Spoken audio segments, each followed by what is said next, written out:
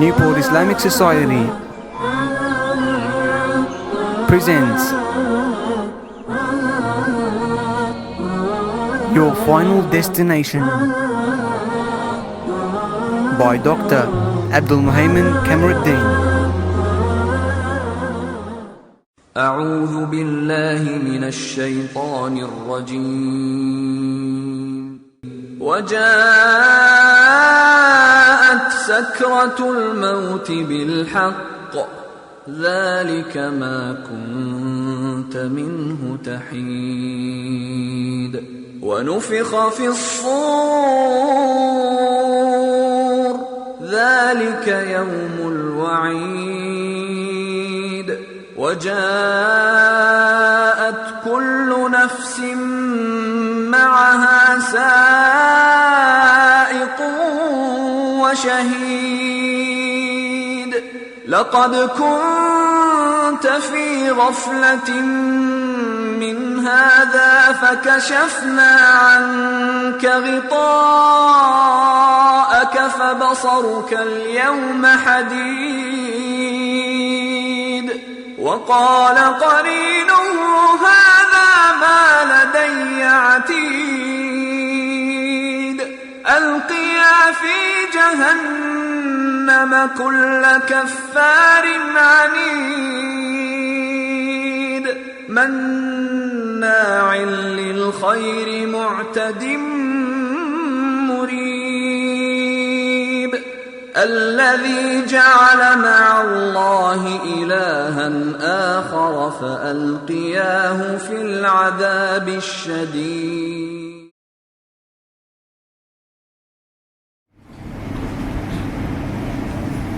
Bismillah ar-Rahman ar-Rahim.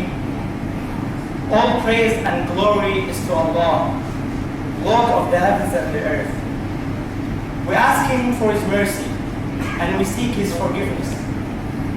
And may His prayers and blessings be upon His final messenger, the best of mankind, Prophet Muhammad, peace be upon him. I ask Allah subhanahu wa ta'ala who joined us tonight here in this mosque to join us in the highest level of paradise with Prophet Muhammad, peace be upon him, and his companions, and what a beautiful companionship. Dear brothers and sisters, speaking about death is often scary. And sometimes we might get emotional. And sometimes we might start shedding tears and crying. If this happens to you, then be happy. Because this means that you have an alive heart. And thank Allah subhanahu wa ta'ala for this blessing. And to know if you feel like some tears want to come down, don't try to stop them. But instead, let them come down. Like the Prophet Muhammad sallallahu alaihi wasallam used to do. He used to cry until his tears wet in his beard. And he said, 2 eyes are never touched by the hellfire. One of them is an eye that cried out of the fear of Allah subhanahu wa ta'ala. Try to have some tears coming down to wipe the rust that accumulated on your hand over all those years. Brothers and sisters, why are we gathered here tonight to talk about death? Since it is such an unpleasant topic, why are we speaking about it? The reason is, when we want to go overseas, want to visit a new country that have never been there before, we try to gather as much information as we can about this country. What is the currency? Which place we're going to stay in? How many stars? What is the transportation? Places to visit. And this is why. But what about the greatest journey that you will ever take? Death. You will visit new places that you've never been before. You've never been in the grave. You've never been in the barzakh. All this stage will be the first time you go there. And as you see there, it's a one-way road. You can't go back and see what you need and then come back here and prepare for it. No. So it would be wise and a good idea if in this life we started to know as much as we can about the hereafter, so that we would see what are the things that we need. And subhanAllah, you notice when talking about death, there's 2 roads. The whole way, either a very easy and very nice, pleasant road, or either a very bad and horrible road. And how you decide, it's not by chance, it's not head or tail. It's according to your work in this life, you will be given the road to take. But still, why is it that we hate talking about death? Why? A group of people, this is a problem that people had through all the years.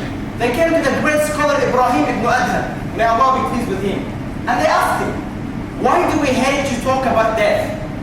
Why do we hate to mention death? He told them, لأنكم عمرتم دنياكم وخربتم آخرتكم. Because you built and prospered and designed this world, and you ruined and destroyed the hereafter. And by human nature, you'd hate to move from prosperity and design to a ruined place or destroyed place. You know how it is like? It's like since you come to this world, you are renting a house. This is a rent, not your house. You have a block of land next to the house. This is yours. And from the moment you entered this world, your landlord told you, one day I'm going to take you out of the house. Now you have two options. Either stay in this house and forget that one day you're going to have to leave, design it and start building and fixing it, and it's not yours, and leave that block of land. So when the landlord told you to go out, you'll find that this block of land that you have left and forgotten, it's full of thorn and dirt, and you would hate to move there. Well, if from day one, you knew that this house would not be yours, and you knew that so one day you're going to move to that block of land that is yours, you're starting getting permits, designing this block of land, building a double story, fixing up your garden, taking out that land, you would be looking forward to the day that your landlord tells you, move to that block of land. Isn't that right? It is right. SubhanAllah, we forget that in this life, everything we have, we're not owning it. It's a sort of renting. 20, 30, 60, 70 years, it's still rent. At the end of your life, you're going to leave it and go. The people asking, tell us more, what do you mean by we have built this world and forgotten the hereafter? Why do we have talking about death? He said, because your hearts have died because of 10 reasons. Can someone be alive and his heart is dead? Yes. Yes. What are the 10 things that are making our heart die and making us hate mentioning the hereafter? The first one, because you knew Allah subhanahu wa ta'ala and you claim that He is your Lord and you still disobeyed Him. Is this right? We are all Muslims. We all say, who is your God? Allah. That's the easiest question. Do you follow and obey what Allah subhanahu wa ta'ala tells you? Do you pray on time? Do you fast? Do you have the manners of Islam? Do you have all this? No. And still we claim that Allah is our Lord. Number two, you say that shaitan is your enemy. Yet, you keep agreeing with him. Isn't shaitan our enemy? Yes. Do we agree with him? All the time. Isn't every sin we do agreeing with shaitan and disobeying Allah subhanahu wa ta'ala? Yes, it is. Number three, you recited the Quran and yet did not work according to it. I think this applies to that time more than this time. Do we even recite Quran these days? If you go into any house of your houses or places and ask you, where's the Mus'haf? Can you get it for me? Oh, when did I put it last time? I don't remember. When was the last time I read it? You have to look, maybe in which shelf is forgotten. Remove the dust away and then bring it. Do we even read Quran? Do we know how to recite Quran? And more importantly, do we know what Quran means? Quran is not something to listen to and enjoy listening to only. It's something to implement into your life. Do we do so? I'll let you answer this question. We say, number four, you claim that you love Prophet Muhammad sallallahu alaihi wasallam. Yet, do we obey his sunnah? The sunnah of Prophet Muhammad sallallahu alaihi wasallam, the one that we love him. What is sunnah? The sunnah of Prophet sallallahu alaihi wasallam is in every aspect of our life.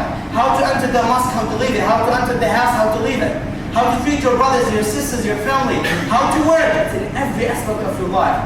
The only thing, the most thing that we know, Rasulullah sallallahu alaihi wasallam married more than once. Maybe this is a sunnah that we should implement into our lives.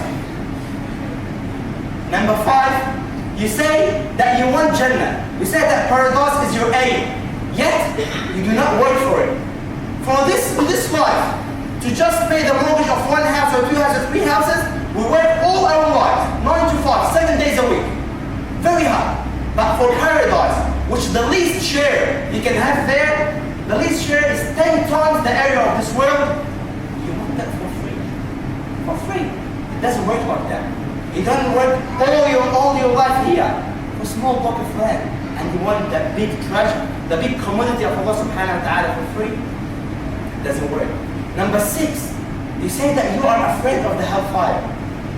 And you ask Allah subhanahu wa ta'ala to save you from it, yet you keep doing stuff that bring you forward to it. Isn't it right? Allahumma inna na'udhu bika min al-nar. Oh Allah, save us from the hellfire. Something happens, you do something that will bring you forward to the hellfire. Number 7, you knew that death will come. You knew that one day will come, that you will die, yet you do not prepare for it. Now you will stop.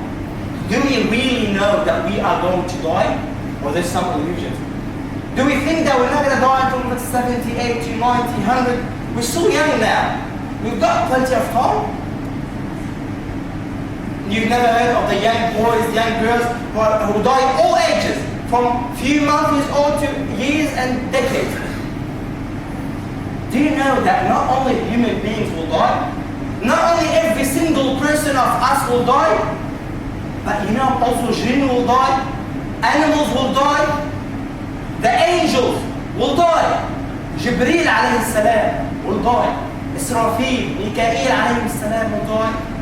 Do you know that even the angel of death, Israel alayhi salam, is going to die? There will come a time that Allah subhanahu wa ta'ala will say, لِمَنِ الْمُلْكُ الْيَوْمِ. To whom belongs the kingdom? Everything to whom belongs? You know what will be the answer? What will be the answer? To whom belongs everything today? There will be no answer. Because everybody is there. Nobody is there. Nobody. No prophets, no angels, no jinn, no humans, no animals, nothing. Then Allah subhanahu wa ta'ala replies and answers himself and says, لِلَّهِ الْوَاحِدِ الْقَهَّارِ. To Allah, the one and only, the conqueror, the most powerful. Subhanallah. Do we really know that we're going to die one day?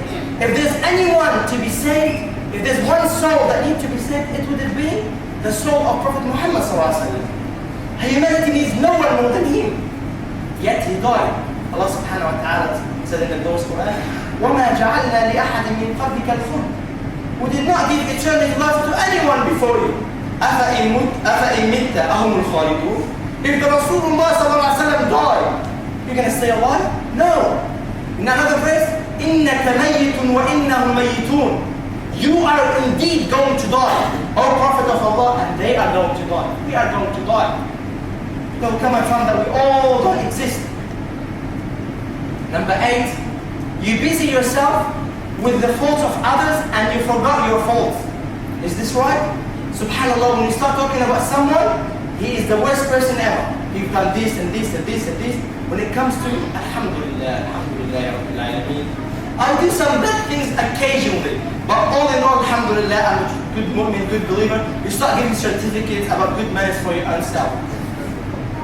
Number 9, you bury the dead ones and you do not take lessons from that. Do we go to the cemetery? Do we go to funerals? Do we go and make azan of someone who passed away? We go there for the dates and the coffee and that's it? Or do we really take lessons that this person yesterday he was with us? Today he's not here. 2 days there's going to be no azan, everybody, their life moves on, nobody will mention him. Do we know this? SubhanAllah, this is very important. And last, number 10, you ate from what Allah subhanahu wa ta'ala has given you and everything, not just food, yet you do not thank Him. And there's nothing that you can do that you can thank Allah subhanahu wa ta'ala for His blessings. But if you reach the state that you know that you cannot thank Him enough, then you have thanked Him enough. Constantly thank Allah subhanahu wa ta'ala for His blessings so that He will keep them and give you more. Subhanallah. Indeed, those 10 things cover most aspects of our life. These are the things that make our hearts hard and make us hate talking about the hereafter and hate talking about death. But does Islam, does Prophet Muhammad encourages us to talk about death? Yes. Rasulullah says, أَكْثِرُوا ذِكْرَ هَذِهِ اللَّذَّاتِ. Constantly remind yourself of the destroyer of pleasures. He did not say, may Allah be pleased with him. He did not say, constantly remind yourself of death. But he called it the destroyer of pleasures. Why? What are the pleasures of life? The pleasure of looking, the pleasure of hearing, the pleasure of your family, enjoying their companionship, the pleasure of enjoying your money.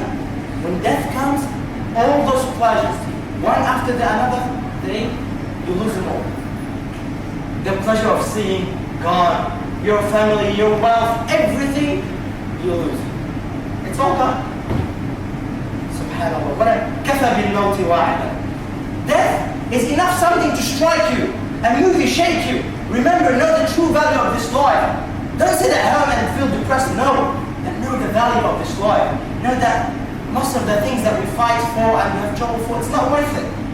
It's not worth it. So how does it feel when we die? How does it work? As we move now, you will notice that, as I told you before, two roads.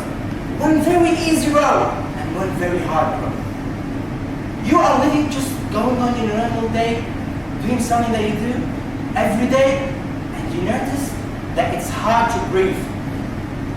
It's hard sucking air into your chest. And between each breath and each breath, there's like it's sounds like there's 1 year apart. What's happening? You notice next to you a creation, a very scary creation next to you. Something that you have never seen before. Who are you? I am the angel of death. This is a situation that's going to happen to everyone else.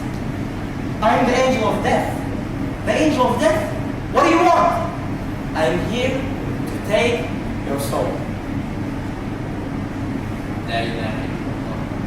What a hard situation. How are we going to react then? You know what's the first thing that comes to your mind? Oh, please, angel, that's just 1 minute. 5 minutes, 1 hour, anything, 1 second. Just give me just a few minutes. I want to do something, please. What do you want to do? You're going to go back to your dad and mom. Your brother, your sister, tell them, I'm going, goodbye, goodbye, kiss them, please, I'm going by. Forgive me, I've been bad to you. Then they go inside, you've got some CDs and magazines, you're going to destroy them. So no one will find them behind you. You're going to go and tell that person, I'm sorry, I've been unjust to you, I've talked about you in the past. Please forgive me. There will be no time to do all this. If you are not prepared, then that's it. And listen to what's going to happen. To you, what you go through, those around you will not feel it. The angel of death come, and if your soul, if you're a believer, if you, in your life, you work according to what Allah subhanahu wa ta'ala said, the angel of death says, Ya ayyatuha an-nafsul mutma'innah. Oh you, content and relaxed soul. And use the word mutma'innah, relax here. You are going through a journey that is so hard, and you go through things that you've never been before. And you are relaxed. Subhanallah, mutma'in. You're not worried if you're a believer. And listen to the poem that the angel is going to tell you. اخرجي إلى روح وريحان ورب راض غير غضبان. Come out, oh you blessed soul. Come out to Allah. Allah subhanahu wa ta'ala wants you. You lived your life obeying Him. Don't you want to meet Him? Then you want to see what He prepared for you as a reward for what you have done in this life? Yes, indeed you want. Go out to Allah subhanahu wa ta'ala, who is happy from you. He's not angry. And the soul comes out from your throat. Rasulullah said, the soul first comes out from your feet, your legs, your knees, your thighs, your stomach, your hands, and eventually it comes out of the throat. It comes out like dripping water. You know how 1 drop of water gets isolated from the rest of the water? No friction, skipping, fluid motion, very easy. The soul comes out, and then there's the assistance of the angel of death. A group of angels, they have a kafan, a hamud, a shroud, wear from paradise. Your body has its own kafan, and the soul has its own kafan. They put the soul in this kafan, the best perfume, the best from paradise, and they take it up to the heaven immediately. In 1 second, in the same time this happened. And the people of the heaven smell something very, very nice. And they say, hey, you angels, you're coming to the heavens. Who is that soul with you? Who does it belong to? Then they start saying, this is the soul of that person, and they start calling you with your good names. This is As-Sadiq Ahmad, the honest Ahmad. This is the trustworthy Muhammad, the one who was good. This is the believer Fatima. This is the believer Nadia. Whatever the names are, they start calling you with all those sweet names. And they open the door of heavens for you, and you enter. You go through the 7 levels of paradise. Who nursing home with the angels and the prophets and all these righteous people before you. You reach the highest level, next to Allah subhanahu wa ta'ala. Allah subhanahu wa ta'ala says, اكتبوا سجل عبدي في عليين. Write the name of my slave in عليين. عليين is the best of all records. You are among the lucky ones, the happy ones. They write your name there. You know what this means? Writing their name there? It's the list of honor, the deen honors list. It's something much better than this. You will be happy inshallah. The hereafter is easy. You've taken the easy road, the toll way. And then Allah subhanahu wa ta'ala tells them, take the soul back to the earth. As منها خلقتهم وفيها أعيدهم ومنها أخرجهم تارة أخرى.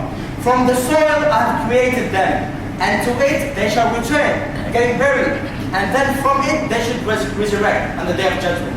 So the soul comes back, and like a bird, flies next to your body. So you are lying down, and your soul is just above you, seeing everything happening around you, witnessing everything, see the reaction of your parents, your family, everything that's happening, looking. SubhanAllah. See? Isn't that beautiful? Wouldn't we all want this? And look to the opposite side. If he was a disbeliever, the angel of death comes.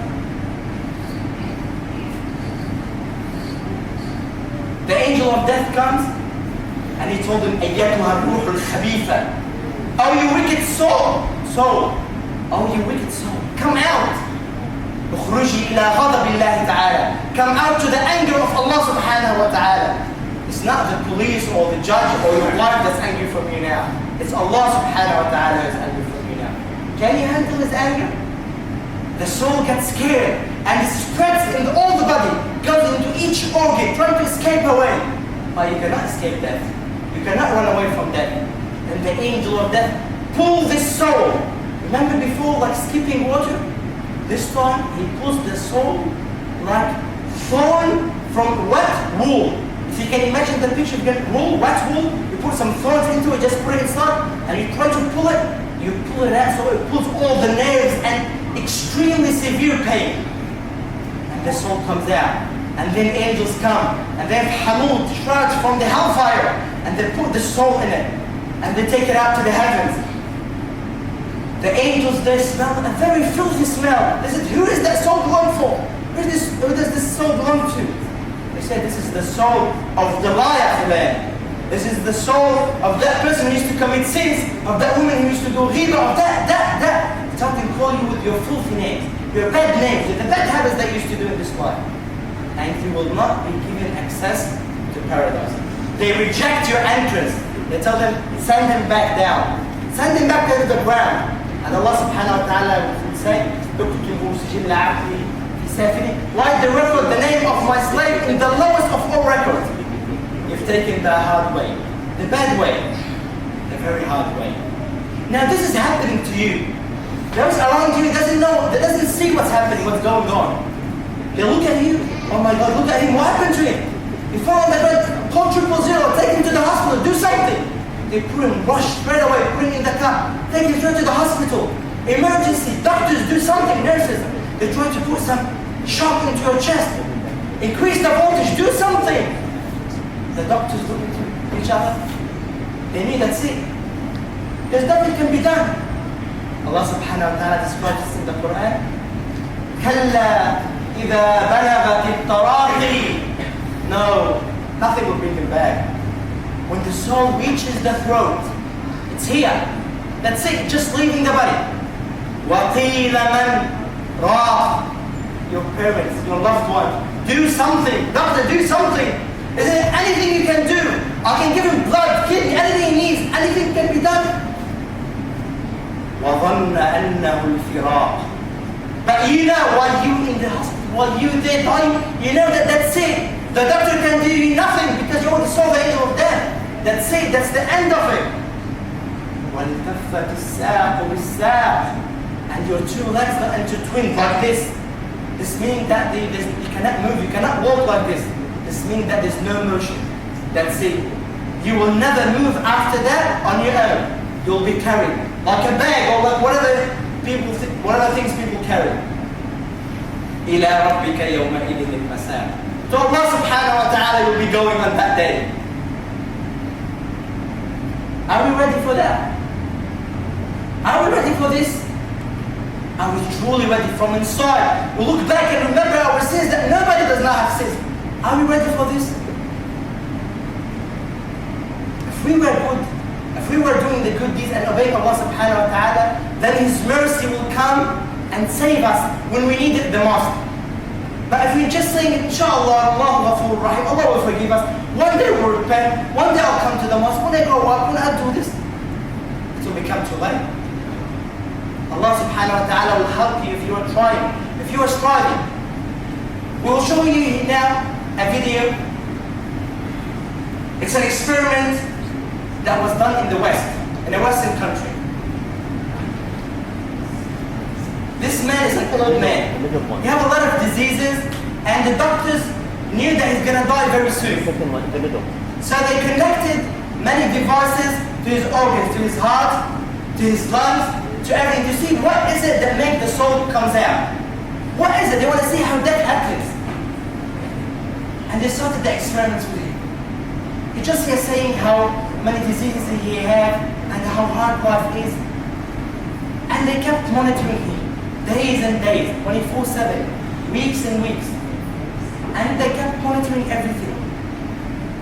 This is the heart looking how it's beating.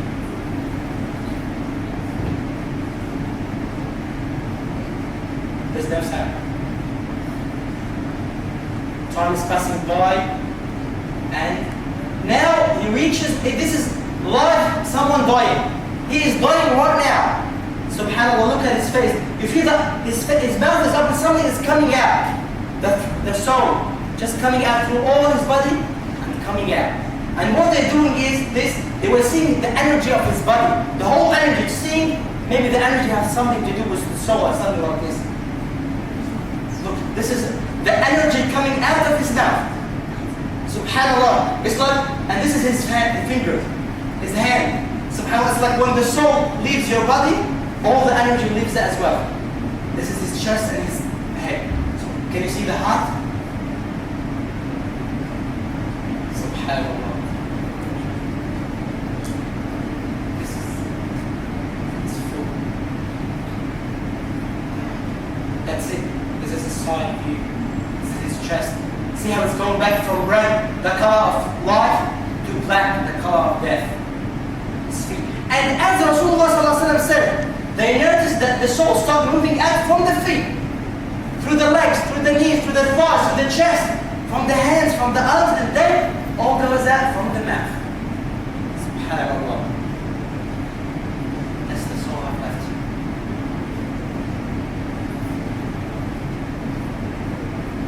Now, that's it. The doctors have no hope. That's it. There's nothing that can be done. What's going to happen to you? You and your loved ones, your family that are in the hospital, that were just about to do anything for you. Anything that can be done, they are ready and happy to do it. Now the doctor tells them, there's nothing can be done. He's dead. They issue you a death certificate. What's going to happen? You think that your family, the ones that you've been raising and taking care of all your life, will never let go of you. Will build maybe a small room in the backyard and bury you there or leave you there so that they'll visit you all the time. This is not the case. Sadly, everyone that loves you the most, they will do the best they can do to bury you as soon as possible. And this is not because they are mean, because this is sunnah hayat. This is the sunnah of Prophet Muhammad sallallahu alaihi wasallam. Ikramul mayyiti dafnu. If you go to a dead person, bury him. Quickly! Say in the morning, you might have just died in the early morning, they will not keep you to the second day. You will be buried on the same day. They get rid of you, your loved ones. The one they're saying what poems, I love you, I love you, I love you. Your children that you played with, all those people will get rid of you. Subhanallah, this is the true value of life. Watch out and know the value of it. Don't be fooled with it. They will call the burial service for you. And this very van will come to pick you up. Your Mercedes, your BMW, your fancy car will still be in the garage. You're never gonna use it anymore. And you will not sit in a seat anymore. From now on, the new story begins.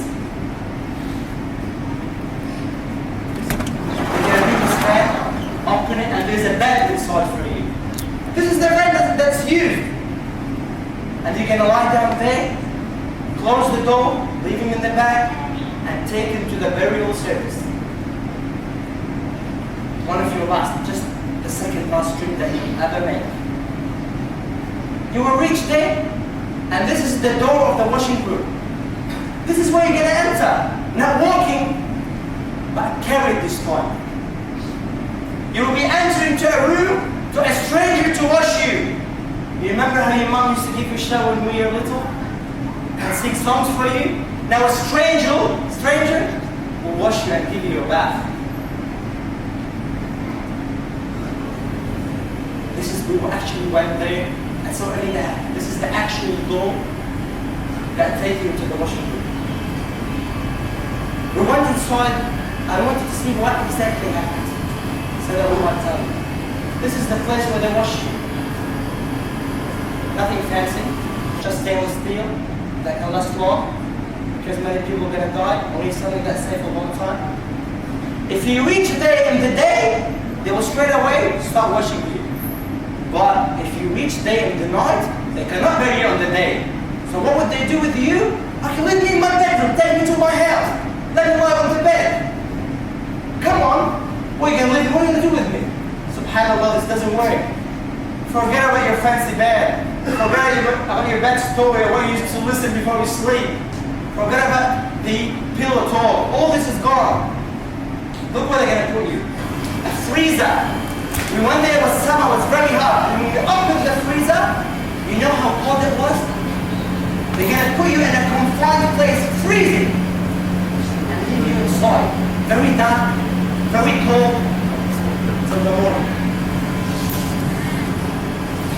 Yeah, that's scary. Just looking at it, and just imagine yourself inside. Your head will be to the middle, to the inside, and your foot will be outside.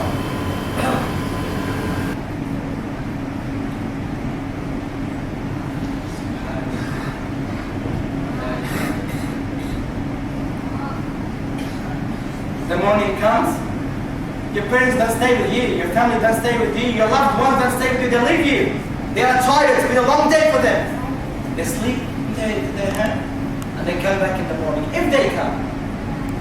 And then, the actual washing process starts. They put you on this bed, without anyone, because you can't show me a naked person.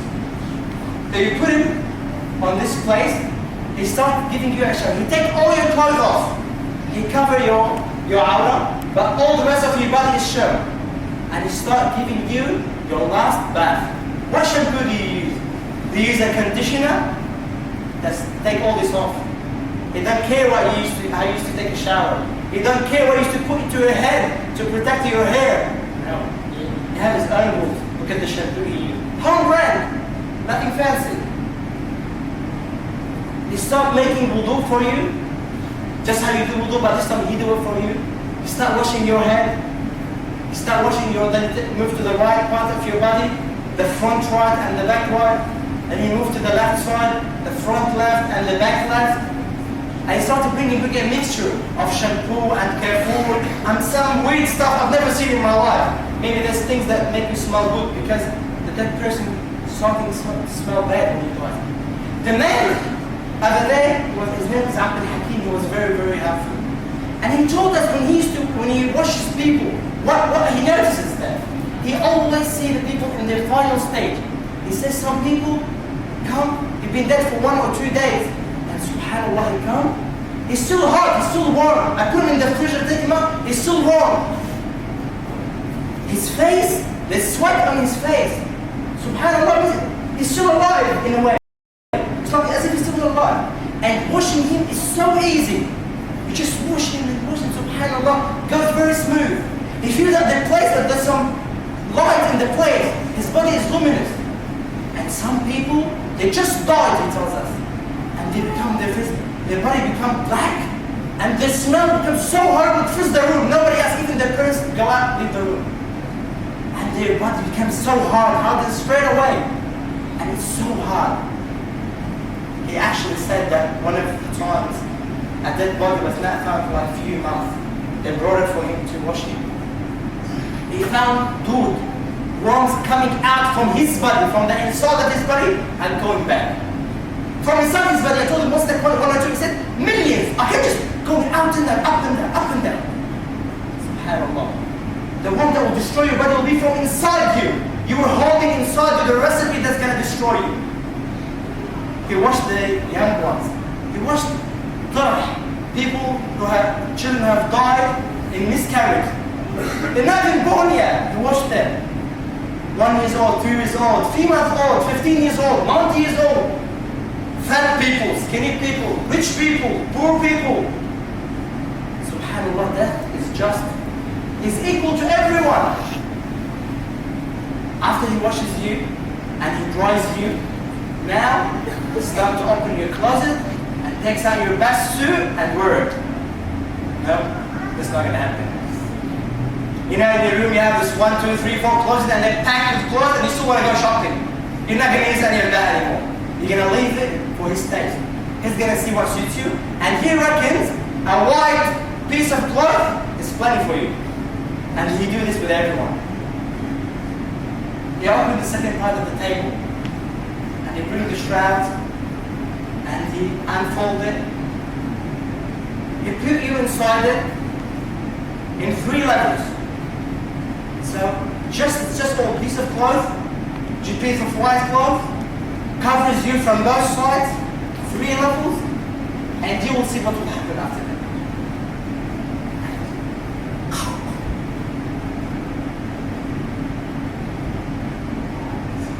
Just white. No design, no brands, nothing. And the sunnah for this to be very cheap as well, not to pick up some good material.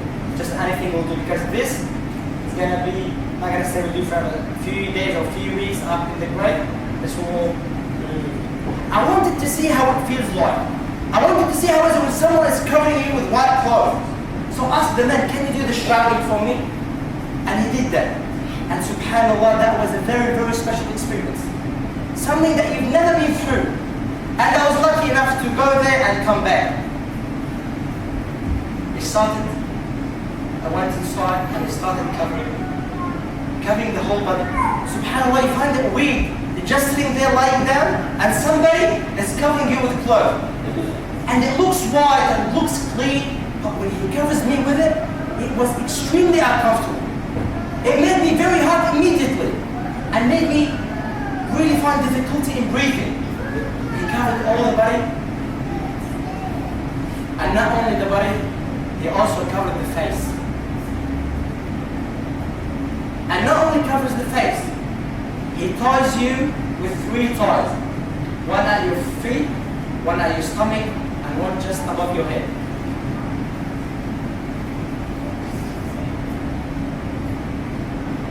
Imagine yourself there, brothers and sisters. This is going to happen. It's not science fiction. This is something that's going to happen to you. Think of it. And now you start tying you.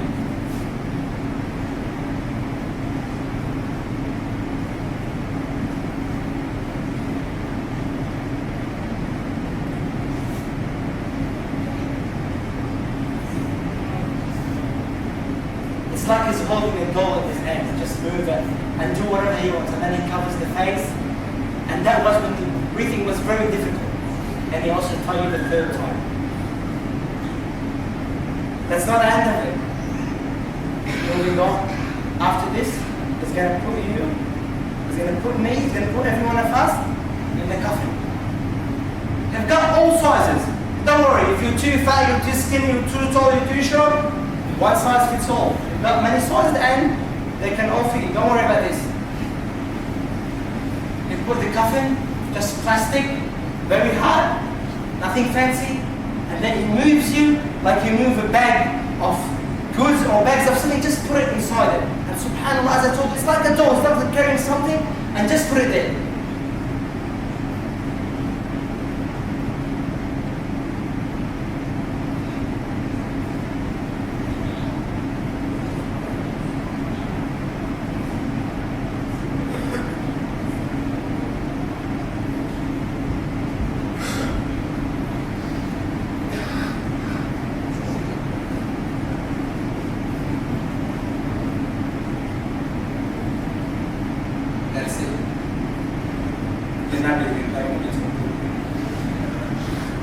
covered the face,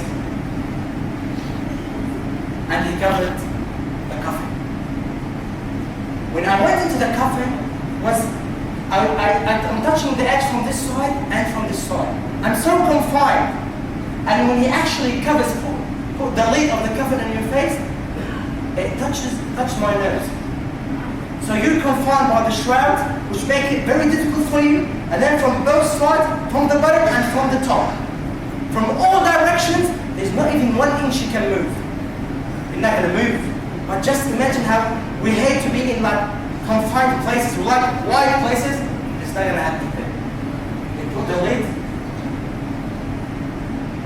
and you are inside in your coffin.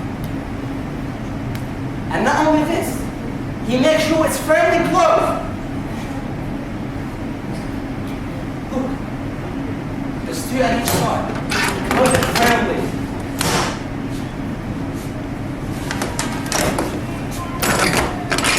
They bring a green piece of cloth. This is the costume some they do, and they cover your coffin with it. What do you say in Arabic?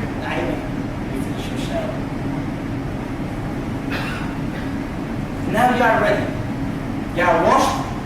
You have your shrouding. You have your shrouds. That's it. You're ready to move on. What's going to happen? Before this, I asked him about the ages of people that he had washed. Are they all up for this big coffin? And he said no. And he showed me this beautiful, cute little box. You know what this box looks like? Something. You see the teddy bear on it? This is the coffin of children who died before they are even born because of miscarriage. They have a coffin for them. If they did not make it, if death was able to reach them, are you going to be able to escape it? Subhanallah, they did not even make it. Just look at it. And if also not just in miscarriage, after they are born, you've got some 9, 10 months or 1 year or 2 years or something, I think up to 4 or 5 years, they have another size. Also. All sort of coffins. Because all sort of people die. And you need something for everyone. After you have finished, you're going to leave the room now. He carries you 1 or 2, your loved one, carry you outside. Just how you entered from that door, you will leave from this door. The door will be closed, and this will be the last building you will ever enter. The last room that you will never be into, this will be the last one. That's it. This is the last door that's going to close on you. That's it. Where do they take you? They leave you outside the mosque, and they wait for a prayer, Dhuhr or Asr, whatever was at that time. And people are praying inside. Your loved ones are praying Dhuhr or Asr or whatever the Farad is. When they finish, they all come out and do Salat al-Janazah, the prayer. Those people are not all there to say goodbye and to do Salat al-Janazah. They're just passing by. They were praying Dhuhr. When they told them Salat al-Janazah, they thought let's take some reward, some ajr. They came out and prayed. And see where the man stand just before the coffin. Salat al-Janazah, there's no adhan, there's no takbir, there's no Allahu Akbar, Ashhadu an la ilaha illa, so on. And there's no sujood. You're all standing up. Subhanallah, when you are born, your dad or your grandpa or somewhere in the family take you, hold you in his hands, and make adhan to your right ear. Isn't that right? When you die, they pray on you without adhan. It's as if all your life was the time that it takes between adhan and iqamat al-salat. Just like how Maghrib adhan, 8:46, we do iqamat at 8:51, that's 5 minutes. As if this is the same thing that happened. Subhanallah. All your life. If your time passing by, that's it, that's the end of it. And when you are born, you're going your hands are like this. When children are born, they are like this. You want to grab everything in this world, anything you can pull, you want to take it. And when you die, you uplift your hands like this. What's in your hand when you die? Nothing. Everything in your life, you're trying to grasp everything you can, but when you die, empty hand. There's nothing in your head. SubhanAllah. That's it. Salat al-Janazah done. You are ready for your final trip. Every place, everything, every avenue you go through now, this will be the last time you go through it. They take you into a car, and this is the actual car that is used.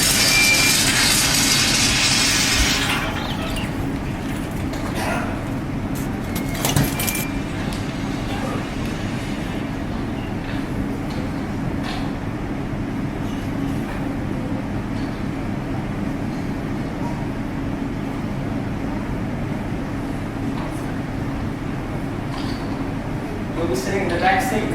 You're used to this now, after your last trip. And the coffin will be here. The driver will be at the front.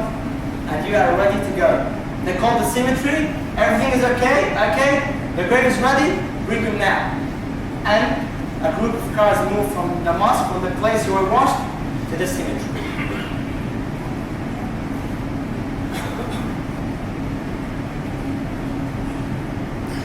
This is on the way.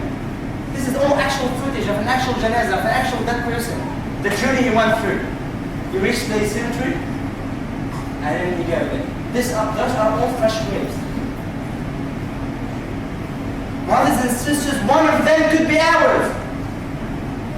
One of them, everything we say could happen to him tomorrow. Could happen to him tomorrow. Nobody can guarantee 1 second of his life. This can be yours. Which one? Which one is going to be mine? Which one is going to be yours? They have chosen the one which they're going to bury that man into.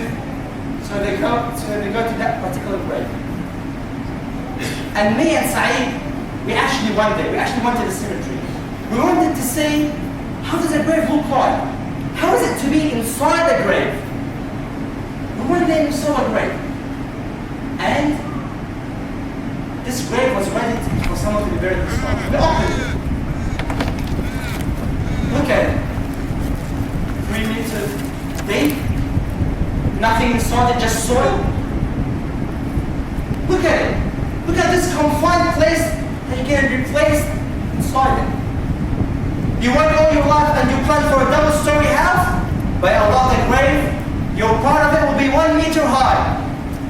You have the 6 bedrooms. Here's one tiny small room. You pick up the best furniture, Italian furniture, whatever furniture, there will be no furniture there. No king size bed, no soft mattresses, nothing. You'll be lying on the soil. I went inside it. And Brother Saeed went inside it. I wanted to see how it feels like to be inside a grave. It was the most amazing feeling you can ever feel. You can feel the air hitting you, and you can hear the birds, and you can hear life going on. Once we went down, there's no air that hit your face anymore. You can hear nothing that's happening outside. And when we lie down on the ground, when we lie down in the grave, it was something unbelievable. SubhanAllah. No words can express it. Just imagine you're there in this confined place, in a place full of dead people, and very confined, covered with the shrouding, and there's soil above you. It's not open like in this case. You know what happens next? You remember your loved ones? Those people who used to love you in this world, your friends, your family, they're gonna start putting soil on you. If your friend or your loved one, they find some dirt on your top, you tell them, oh, remove it, come. Your wife, please remove it. They want it to look nice, to look good. But here, they're gonna pour soil on you. Your children, your friends, your family.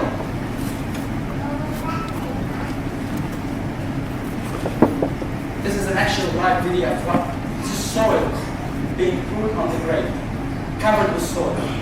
And then they get tired. There's too much soil, 3 meters deep. So what do? They bring the excavator, haul the soil, and put it on your grave. Now, that's your loved ones doing this to you. And they're all around you. They're making dua for you. They're asking Allah subhanahu wa ta'ala to make this easy for you, all those sort of things. But still, you are deep down, under meters of soil.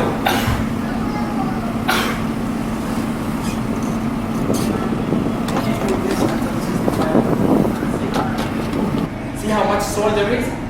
This is an actual grave. They stay there, they make dua for you, and what's next? They can stay with me, I don't know, build a small house, maybe a small room, and live there. Make me feel comfortable next to them. That janazah I attended, they stayed 5 minutes. Wallahi, 5 minutes they stayed. And he was a very righteous man. They're not mean, this is the sunnah. They're tired, they've been like taking care of him all day, taking him to the place to wash him and all stuff. They're tired. They want to go home. And they left him just by himself. And you will be left there just by yourself. Just by yourself. Nobody next to you. No matter how rich you are, no matter how influential, no matter how important you are, you're going to be alone by yourself. After everybody leaves, there's a new life that happens in your soul. Your soul that was just around you, flying above you, will come back to you. You'll become alive back into the grave. You'll wake up, you are in the grave. This is not me saying this is Rasulullah saying this. As soon as you wake up, you will find 2 angels in front of you.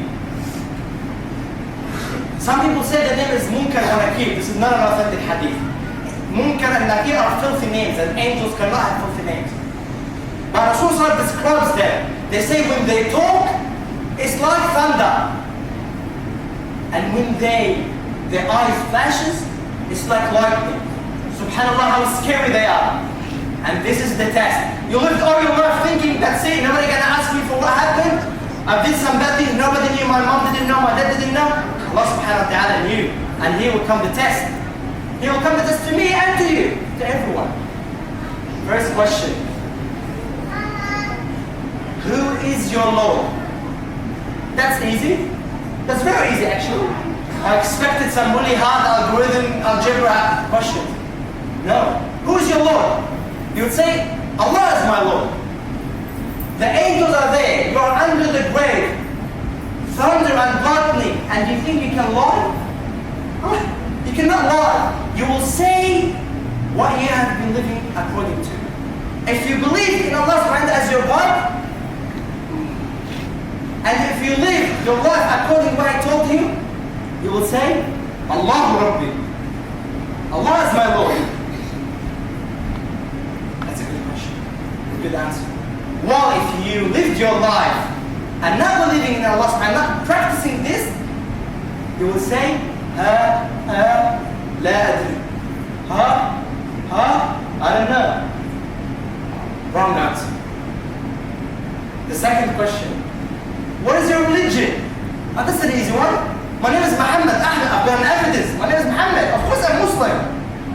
No. It's not what your name is. It's how did you live your life. Was Islam really the most important part of your life?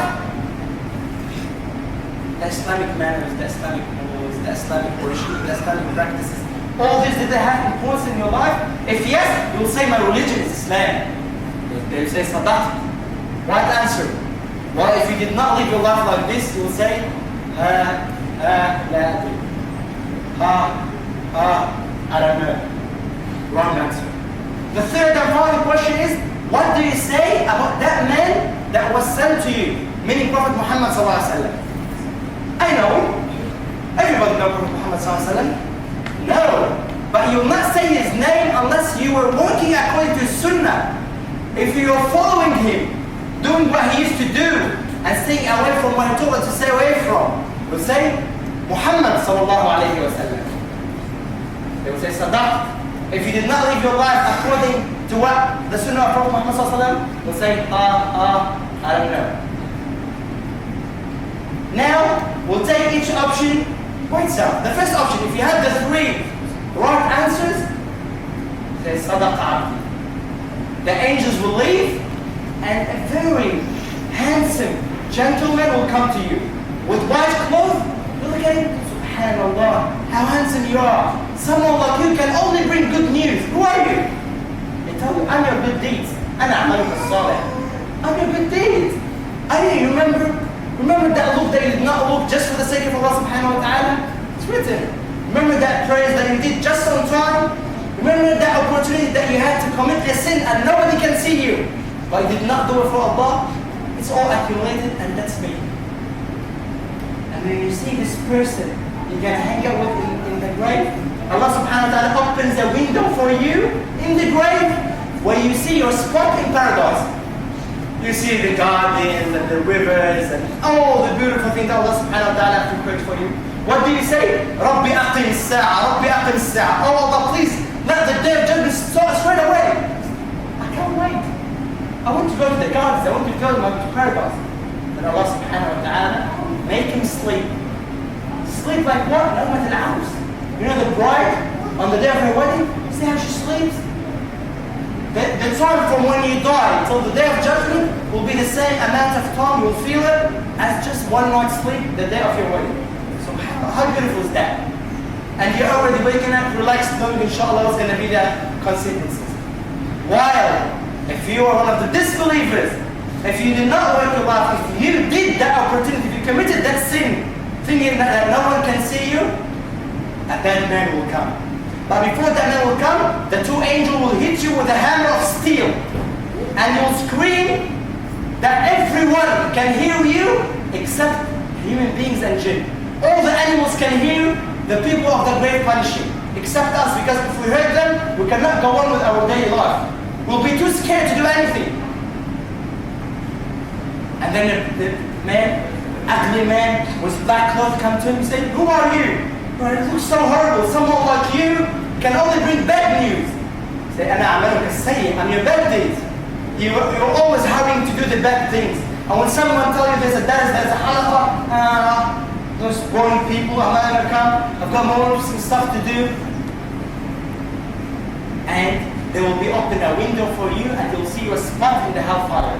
You see the punishment and all this thing that's going to happen there, and you will say, Rabbi, لا تقم الساعة ربي لا تقم الساعة. Oh Allah, don't let the day of judgment come. Don't let the day of judgment come. And the grave will squeeze you until your bones and your nail will all be squeezed, and you'll stay in continuous torture till the day of judgment. Brothers, it's not necessary and depressing ending, but you get to choose, and this is fair. Allah subhanahu wa ta'ala is just. He gives you the option.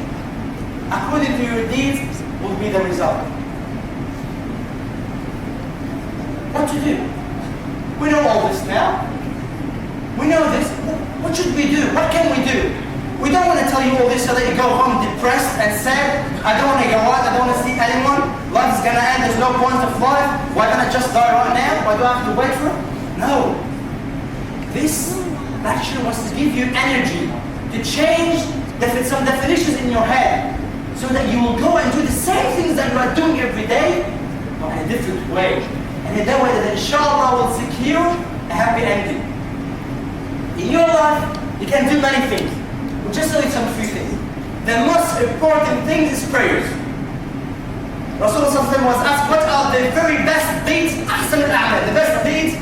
He didn't say jihad, he didn't say paying money generously. He said, as-salatu ala waqtiha. Praying on time. This is the best deed you can do. Not just let this episode finish, or do it after. I'll go bring that thing and come back. SubhanAllah, it's like 5 minutes. The prayer, and shaitan comes and you do this, do that. You've got all the energy in the world when the time of prayer comes. I want to do this, I want to do that. And most importantly, the fajr. I'm not saying here, brothers, that, mashallah, I wake up every day for fajr, but at least struggle. Put the alarm every day, even if you don't wake up. You can't wake up in the morning, I missed out fajr. Oh, next day, inshallah, I'm going to wake up for fajr. What is it? What is the thing that's stopping me from waking up? Staying up night, I'm going to sleep early. Getting tired, I'm not going to do the thing that I do before I sleep. Putting an alarm. Wake up and pray fajr. If you pray fajr in jama'ah, this is as if you were praying all night. Tahajjud, qiyam all night. SubhanAllah, very easy. And the significance of the fajr prayer for the grave is very important. The fajr is prayed in the night and it's dark. And the grave, it's dark there. So pray in the dark willingly, so that Allah subhanahu wa ta'ala will make the dark grave that will go there compulsory, make it easy for you. Let's try to pray, and especially Fajr. Number 2, Surah Al-Mulk. Rasulullah sallallahu alaihi wasallam, also known as Surah Tabarak. It's very important, helps you a lot and makes the brain a very good place for you. You can either memorize it or recite it inshallah every day. As much as you can, brothers. Try to memorize one ayah a day, one verse a day. If you can listen to it, put it in your car. If you keep listening to it, inshallah you'll memorize it. It doesn't make sense for us to know all those songs and all those singers, and subhanAllah, something very easy and will save us and remember us. And all the rest of good deeds. يا تواب إنا عبادك الفقراء أسرفنا على أنفسنا بالذنوب والمعاصي وليس لنا رب سواك يغفر لنا فاغفر لنا يا الله. اللهم اغفر لنا يا الله. اللهم اغفر لنا يا الله. اللهم اغفر لنا ذنوبنا وكفر عنا سيئاتنا وارحمنا يا رحيم. ارحمنا يا رحيم. ارحمنا يا رحيم. اللهم احينا على لا اله الا الله وامتنا على لا اله الا الله وابعثنا على لا اله الا الله. اللهم هون علينا سكرات الموت. اللهم هون علينا سكرات الموت. اللهم هون علينا سكرات الموت يا الله. اللهم قنا عذاب القبر. اللهم قنا عذاب القبر. اللهم قنا عذاب القبر. اللهم ابعثنا على لا اله الا الله يا رب. اللهم اجعل قبورنا روضة من رياض الجنة. اللهم احينا عيشة السعداء وامتنا ميتة الشهداء وابعثنا مع الانبياء والاتقياء. اللهم انا نعوذ بك من شر ما استعاذك منه نبيك محمد صلى الله عليه وسلم ونسألك خير ما سألك منه نبيك محمد صلى الله عليه وسلم وأن ترفع غضبك ومقتك عنا. ارحمنا يا رحيم. اغفر لنا يا غفور. تب علينا يا تواب. آمين آمين آمين والحمد لله رب العالمين.